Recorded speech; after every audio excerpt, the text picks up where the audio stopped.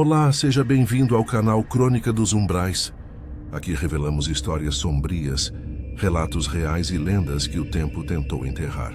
Toda terça, quinta e sábado, novas histórias chegam das sombras. E cada uma delas esconde segredos que poucos ousam ouvir até o fim.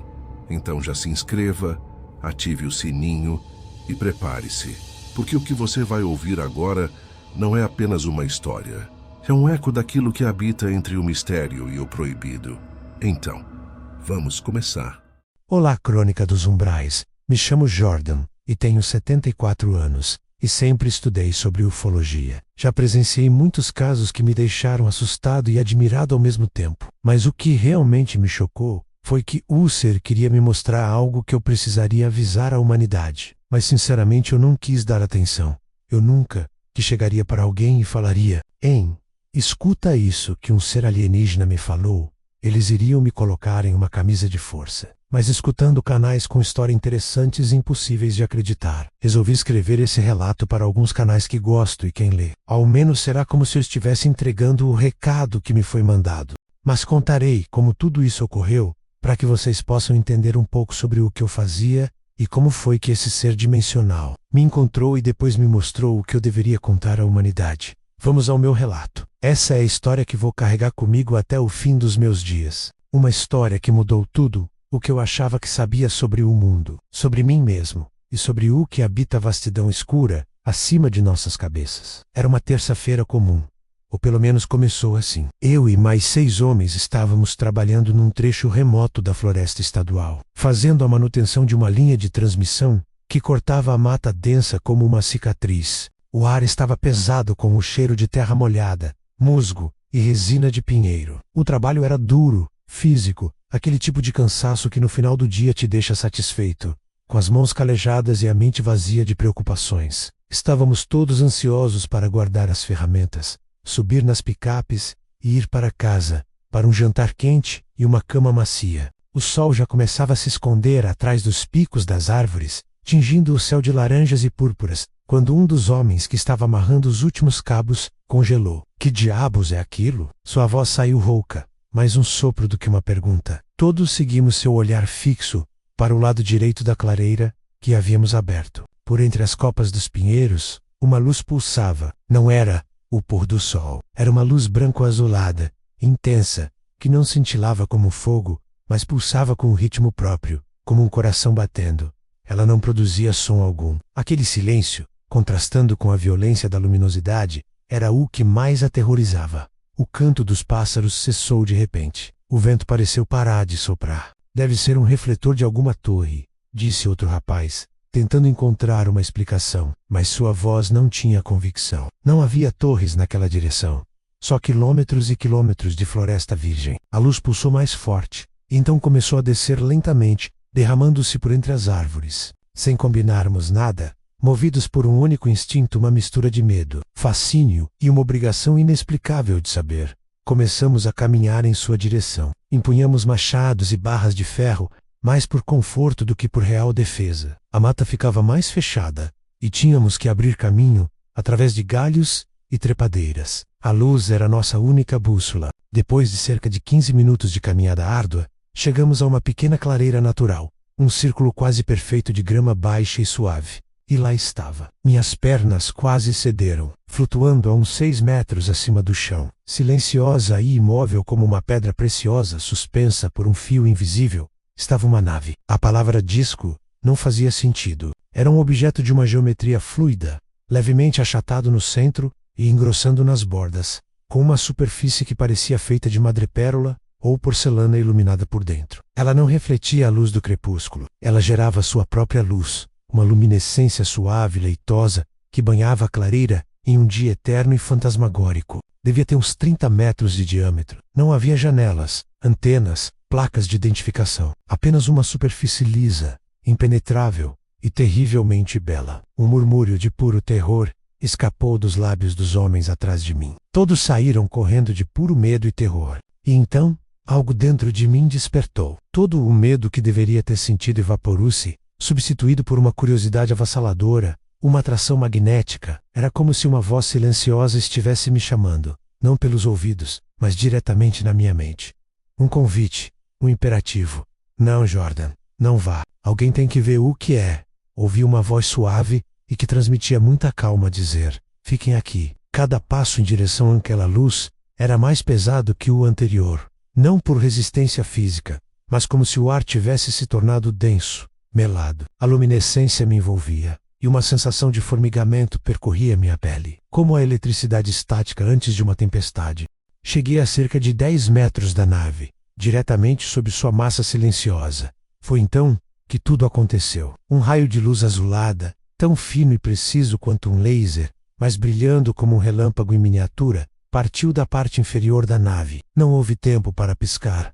O feixe me atingiu no peito. Não foi uma dor. Foi uma implosão, um colapso total de todos os meus sentidos. Um zumbido agudo e penetrante encheu minha cabeça e meu corpo todo se contraiu, como se tivesse levado um choque de alta voltagem. Vi o mundo, a clareira, os rostos chocados dos meus amigos, as árvores, desfocar-se, dissolver-se em um borrão de cores. Senti meu peso desaparecer. Uma força irresistível, suave, mas absolutamente inflexível, me puxou para cima. A última coisa que vi foi o casco leitoso da nave se abrindo silenciosamente em minha frente, e nisso fui apagando e desmaiei. A consciência voltou em fragmentos. Primeiro, uma sensação de flutuação. Depois, um frio metálico que penetrava minhas roupas de trabalho. Por fim, uma luz difusa, branca e sem fonte definida, que parecia emanar das próprias paredes. Eu estava deitado de costas em uma superfície lisa e dura. Não era uma mesa, não exatamente. Era mais como uma plataforma que se conformava levemente ao formato do meu corpo. Tentei me sentar, mas meu pescoço, meus braços, meu peito, tudo estava imobilizado por um campo de força invisível, uma pressão suave, que me mantinha preso sem cordas ou cintos. Só conseguia mover a cabeça um pouco. O ambiente era uma sala circular, com paredes curvas e sem costuras, feitas do mesmo material nacarado da parte externa da nave. O ar era estranho, limpo, estéril, sem odor algum, mas com uma ligeira carga ozônica, como depois de uma tempestade. Não havia painéis de controle visíveis, nem cadeiras nem telas. Apenas espaços vazios e algumas formas geométricas embutidas nas paredes que não sugeriam função alguma. O pânico então chegou. Uma onda gelada que subiu do meu estômago até minha garganta. Tentei gritar, mas só saiu um grunhido rouco. Onde estavam meus amigos? O que aquela coisa havia feito com eles e comigo? Mas me lembrei que eu fui o único que fiquei parado e todos eles fugiram. Em meio aos meus pensamentos, eles entraram. Uma seção da parede simplesmente deslizou para o lado, sem som, e 3 figuras altas deslizaram para dentro da sala. Meu coração disparou, batendo contra as costelas como um pássaro enjaulado. Eles eram altos, muito altos. Cada um devia ter facilmente 2,10 metros. Seus corpos eram delgados, quase frágeis, mas havia uma elegância serena em seus movimentos, uma fluência que era quase desumana. Vestiam um tipo de macacão justo, de uma peça só de cor cinza, prateada fosca, sem zíperes, botões ou emendas visíveis. A roupa os cobria completamente dos pés ao pescoço, mas eram os rostos que prendiam a atenção e congelavam o sangue nas veias. Alongados, pálidos como porcelana, quase sem sobrancelhas. Os olhos eram enormes, amendoados, de uma cor negra profunda e líquida, que parecia absorver a luz, ao invés de refleti-la. Não havia branco visível. Eles não piscavam. Os narizes eram pequenos, meras sugestões, e as bocas eram linhas finas e retas. Não expressavam hostilidade. Não expressavam nada. Era um vazio de emoção tão completo, que era por si só aterrador. Os 3 se posicionaram ao redor da plataforma, olhando para mim com aqueles olhos negros e impenetráveis. A comunicação não veio por sons. Senti uma pressão em minha mente, como se pensamentos estivessem sendo gentilmente, mas firmemente inseridos nela. Não eram palavras em nenhum idioma que eu conhecesse. Eram conceitos, imagens, instruções diretas. Para permanecer calmo, que eu não sofreria nenhum dano. Eles apenas queriam me estudar. Um deles, talvez o que estava no centro, levantou uma mão longa e fina. Ele tinha 4 dedos, também alongados. Em sua palma, uma pequena luz azul cintilou. Da parede atrás dele, uma estrutura surgiu, deslizando para fora como se fosse líquida, se solidificando. Era uma espécie de braço mecânico flexível, na ponta do qual havia um tubo transparente e uma ventosa redonda, do tamanho de uma moeda. O pânico se transformou em terror puro. Eu me debati com todas as minhas forças contra o campo de força, suando frio, tentando gritar, implorar, mas era como lutar contra o ar. Um deles colocou a mão na minha cabeça e um alívio e uma calma inundaram meu corpo. O braço mecânico se aproximou com uma precisão cirúrgica. Usher, com a mão estendida, fez um gesto sutil. Não era uma ameaça, era um comando biológico. Meus músculos relaxaram contra a minha vontade. A ventosa tocou meu queixo, logo abaixo da boca. Era fria e ligeiramente aderente. Senti uma picada aguda e então uma sensação de sucção. Olhando para baixo, com os olhos arregalados de horror, vi o tubo transparente começar a se encher de um líquido vermelho vivo. Meu sangue, eles o estavam coletando. O processo parecia durar uma eternidade, embora provavelmente não tenha passado de 1 minuto. O sangue fluiu, enchendo uma câmara cilíndrica no braço mecânico. Quando terminou, a ventosa se desprendeu e a picada desapareceu, deixando apenas uma pequena marca rosada. O braço se retraiu, desaparecendo novamente na parede. Os 3 seres trocaram um olhar, se é que aquele leve inclinar de cabeça poderia ser considerado um olhar. A pressão mental diminuiu um pouco. Pensei, insanamente, que talvez fosse o fim. Eles tinham o que queriam. Iriam me levar de volta. Mas não. O que aconteceu em seguida foi ainda mais incompreensível. O ser que havia controlado o braço mecânico fez outro gesto. O campo de força que me prendia à plataforma se desfez. Eu estava livre. Mas antes que eu pudesse sequer pensar em me levantar, uma sugestão mental, mais suave desta vez, mas ainda inegável, preencheu minha consciência. Levanta e nos segue. Minhas pernas obedeceram antes que meu cérebro pudesse processar. Eu estava em estado de choque, um zumbido de incredulidade e medo dominando meus pensamentos. Eles me conduziram para fora da sala circular, por um corredor suavemente iluminado, tão silencioso que eu podia ouvir o sangue pulsando em meus ouvidos. As paredes eram orgânicas, curvas, tudo parecia vivo e inerte ao mesmo tempo. Paramos diante de uma outra porta, que se abriu. A sugestão mental foi clara. Entra e espera.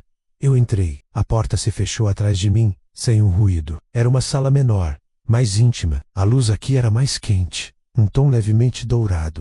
No centro, havia uma espécie de divã baixo, coberto por um material que lembrava cetim, mas mais macio. O ar era diferente também, mais quente, carregado com um aroma sutil, doce e floral, que era estranhamente calmante. Foi então que ela entrou por uma abertura diferente na parede oposta e estava nua. A forma era claramente feminina, mas com a mesma estatura impressionante e a delicadeza etérea dos outros. Seu corpo era pálido e suave, com curvas sutis nos quadris e seios pequenos. Seu cabelo, se é que podia ser chamado assim, era uma cascata de fios tão finos e prateados que pareciam feitos de luz líquida, caindo sobre seus ombros. Seu rosto tinha a mesma estrutura alongada e os grandes olhos negros, mas havia algo nele, uma centelha de curiosidade, uma sombra de algo que parecia remoto à compaixão, ou talvez apenas a uma intensa tensão. Ela não parecia ameaçadora, parecia expectante. Ela caminhou em minha direção, e novamente, em vez de medo, uma onda esmagadora de fascínio e atração me dominou. Era como se minha mente tivesse sido limpa de todo o terror anterior,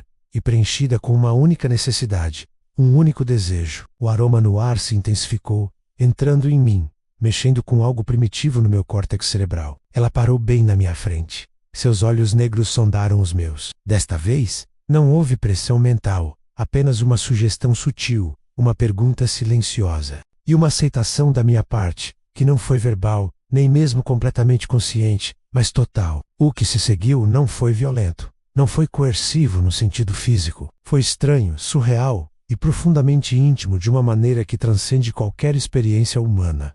Nos tocamos. Sua pele era fresca, mas não fria, e incrivelmente macia. Havia uma comunicação tátil, uma troca que ia além do físico. Parecia um ritual, um experimento biológico de uma solenidade absurda, ou ambas as coisas. Durou um tempo indefinido fora do tempo. Em nenhum momento ela falou, mas em minha mente flutuavam imagens de estrelas, de mundos distantes, de uma solidão cósmica tão vasta que doía. Havia uma tristeza nela, uma melancolia ancestral, e havia também um propósito frio, científico, que coexistia com aquela estranha conexão. Quando terminou, ela se afastou, seus grandes olhos ainda fixos em mim por um longo momento. Então, sem um gesto, sem um pensamento final, ela simplesmente se virou e saiu pela mesma abertura, deixando-me sozinho, atordoado, meu corpo e mente inundados por uma tempestade de sensações contraditórias, êxtase, vergonha, confusão, maravilha e um vazio profundo. A exaustão, então, me atingiu como um martelo, meus joelhos fraquejaram, e eu desabei no divã. A luz na sala suavizou ainda mais, e um sono pesado, não natural, desceu sobre mim como um cobertor de chumbo. O despertar foi brutal. A luz do sol real, quente e amarela, espetava meus olhos. Eu estava deitado na grama áspera e úmida, à beira de uma estrada de terra, a vários quilômetros. Descobri depois que eu estava no local da clareira. Minha cabeça doía como se tivesse sido esmagada por uma bigorna. Meu corpo inteiro estava dolorido, exausto. Minhas roupas de trabalho, sujas, ainda estavam no corpo. Levei alguns minutos para conseguir me sentar, o mundo girando ao meu redor. A memória voltou em um fluxo caótico e aterrorizante. A luz, a nave, os seres, o tubo, a sala e ela. Um gemido escapou dos meus lábios. Era real, teria sido um sonho, um surto psicótico. Mas a dor era real. A fome extrema e a sede devoradora eram reais. E ao me levantar e olhar para o céu limpo da manhã, soube, com uma certeza que ia até os ossos, que era tudo horrivelmente real. Caminhei até uma fazenda distante, onde uma família assustada me encontrou. Chamaram a polícia, fui levado ao hospital. Disseram-me que havia desaparecido há 5 dias. 5 dias inteiros. Para mim, havia sido uma noite de terror e êxtase, intermináveis. Fui interrogado por policiais, por médicos, por homens de terno com expressões céticas. Contei minha história primeiro com veemência, depois com cansaço resignado. Vi nos olhos deles a dúvida, o diagnóstico silencioso de trauma, alucinação, fadiga extrema. Fizeram exames em mim e encontraram a pequena marca rosada sob meu queixo, mas era inconclusiva. Meu sangue estava normal, embora com um leve aumento em certos hormônios que os médicos não souberam explicar. Meus companheiros de trabalho confirmaram a luz e minha aproximação, mas nenhum deles viu a nave de perto nem o raio. Eles disseram que a luz desapareceu subitamente, e quando a fumaça que não existia baixou, eu tinha sumido. Eles me procuraram por horas, e então chamaram as autoridades. Para eles, eu tinha simplesmente me perdido na floresta por 5 dias. Eu sabia a verdade. A história vazou, é claro. Tornou-me uma curiosidade, um louco, um mentiroso, ou, para alguns poucos, um contatado. A vida nunca mais foi a mesma. Casei, tentei seguir em frente, mas os olhos negros e a sensação daquela presença nunca me deixaram. Tive pesadelos e flashes de memória daquele mundo nacarado. E, às vezes em noites muito quietas olhando para as estrelas, sinto um puxão sutil, um eco daquela ligação melancólica, e me pergunto, se algo de mim em meu sangue, meu DNA, minha essência, não está agora vagando pelo cosmos em uma nave silenciosa, sob o olhar impessoal de criaturas que veem em nós pouco mais do que fascinantes espécimes biológicos. Eles me tiraram 5 dias do meu tempo, mas me deram em troca uma eternidade de perguntas sem resposta e uma solidão que ninguém na Terra é capaz de compreender. A luz na floresta não foi um fim, foi apenas o começo de uma escuridão muito maior. 74 anos carregam um peso diferente, quando você sabe que uma parte de você, literalmente, não pertence mais completamente a este mundo. Casei, como contei, vivi uma vida de aparências. Minha esposa, Ana, partiu há 5 anos. Ela foi a única que no íntimo, talvez tenha acreditado em um fragmento da minha loucura. Via o terror nos meus olhos, quando certas luzes apareciam no céu à noite, ou quando um cheio de ozônio após uma chuva forte me transportava de volta àquela sala. Ela segurava minha mão, em silêncio, e era o suficiente. Após se passaram 23 anos desde aquela terça-feira, na floresta tive o segundo contato com os seres, mas não foi físico. Não houve naves, luzes pulsantes ou aparições fantasmagóricas em clareiras. Foi mental, puro, direto e inescapável. Começou como uma dor de cabeça latejante. Há cerca de 3 meses, sempre à mesma hora, 3h17 da manhã, um despertador cósmico. Depois da dor vinha o silêncio, um silêncio tão profundo que abafava o ronco do mundo. E dentro desse vácuo, a presença não era a mesma do primeiro contato. Esta era mais antiga, mais densa, como se a própria escuridão entre as estrelas tivesse adquirido consciência e decidido falar. Não havia imagens, apenas conceitos compactados, despejados na minha mente, como blocos de granito informacionais. Era avassalador, doloroso, e trazia uma clareza aterradora. Eles não são únicos. Nunca foram. A visitação é uma constante, um fenômeno de longo prazo. A mensagem, que agora desembrulho com as palavras limitadas que tenho, é esta: a humanidade é um experimento que se repete. Vocês já foram extintos. O choque dessa afirmação não veio como surpresa, mas como um terrível reconhecimento. Um eco de uma memória ancestral que não é minha, mas que foi plantada em mim. A queda de civilizações lendárias, os mitos do dilúvio, os vestígios de tecnologia impossível em antigas pedras.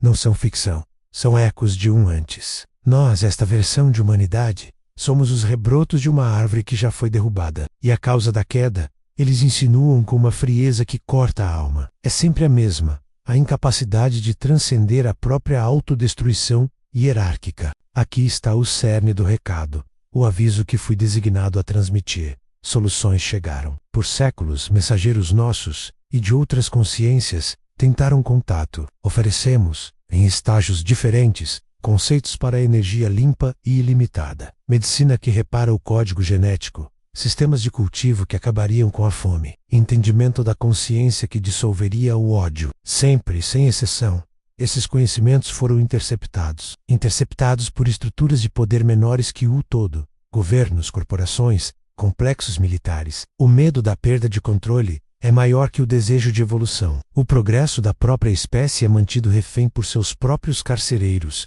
A voz mental não mostrava raiva, apenas uma lástima paciente e fatídica. E então, veio a projeção inevitável.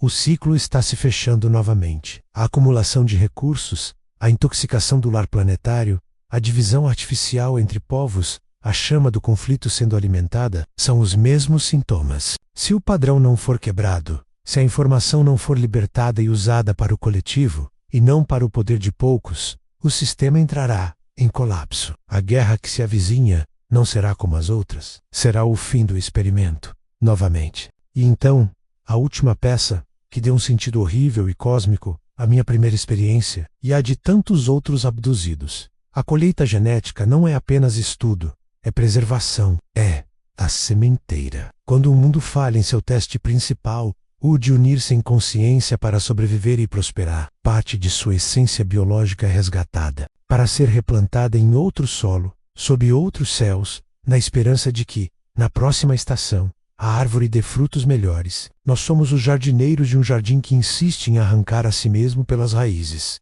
A presença se retirou, deixando-me suado, ofegante, e com uma responsabilidade que esmaga qualquer ombro humano. Como contar isso? Como chegar para alguém e dizer: pare tudo. Os alienígenas disseram que vamos nos destruir e que já aconteceu antes. E aliás, eles estão nos coletando como sementes para um jardim zoológico cósmico. Eu seria, no melhor dos cenários, um velho delirante. No pior, um perigoso propagandista de pânico. Os mesmos governos que, segundo eles, abafam a verdade, me rotulariam e me silenciariam com eficiência burocrática. Mas um dever foi implantado em mim. Uma obrigação que perturba meu sono mais do que os pesadelos com olhos negros. Por isso, resolvi fazer o que posso. Não darei entrevistas. Não procurarei holofotes. Minha identidade permanecerá escondida, atrás do nome que me deram naquela noite. Jordan, o homem da floresta. Escreverei. Mandarei este relato, e outros, para os canais que falam dessas histórias impossíveis. Canais como o seu, Crônica dos Umbrais, onde a mente está aberta para o estranho. Talvez entre as narrativas de fantasmas e mistérios, alguém leia isso e reconheça. Não acredite, apenas reconheça, porque a verdade, eu aprendi, não precisa ser acreditada para ser real. Ela simplesmente é. E se ela estiver sendo sistematicamente ocultada, então cada cópia deste texto, cada olho que passar por estas palavras, é um pequeno ato de rebelião contra o apagamento. Aos que lerem, questionem por que certas tecnologias patenteadas desaparecem. Por que médicos brilhantes que curam doenças inexplicavelmente são desacreditados. Por que a ideia de união global é sempre sabotada por interesses nacionais mesquinhos. Não tomem minha palavra como verdade sagrada. A tomem como um sinal de alerta de um velho que viu demais e que no fim de sua vida prefere ser chamado de louco a ser cúmplice do silêncio. O recado foi dado. A entrega, dentro das minhas limitadas forças, foi feita. O que vocês farão com ele, ou se farão algo, já não está mais nas minhas mãos, ou nas deles. Está, nas de vocês. Cabe a esta geração decidir se somos a versão da humanidade que aprendeu com os erros do passado, ou apenas mais um lote de sementes, aguardando o momento de ser recolhido para um novo plantio em um campo longínquo e frio, enquanto as cinzas deste mundo se acalmam. Espero que escolham florescer e aceitar que todos nós somos apenas um e que precisamos cuidarmos uns dos outros, para que todos possam prosperar e ter a paz que tanto almejam. E assim acaba esse relato. Se você gostou, dê o seu like, ajude a fortalecer o canal compartilhando e comentando. E se você for novo, seja bem-vindo. Considere se inscrever no canal. Aqui falamos sobre tudo que é ligado ao sobrenatural. Você já viveu ou ouviu um relato de algo inexplicável? Um encontro misterioso? Um sonho profético? Um objeto com energia própria? Ou uma história de fantasma que corre pela família? Nós queremos conhecer. Mande seu relato para o e-mail cronicadosumbraes@gmail.com. Quem sabe sua história não vira o próximo episódio do canal. Sua voz é essencial para construir essa comunidade. Obrigado por assistirem e até a próxima.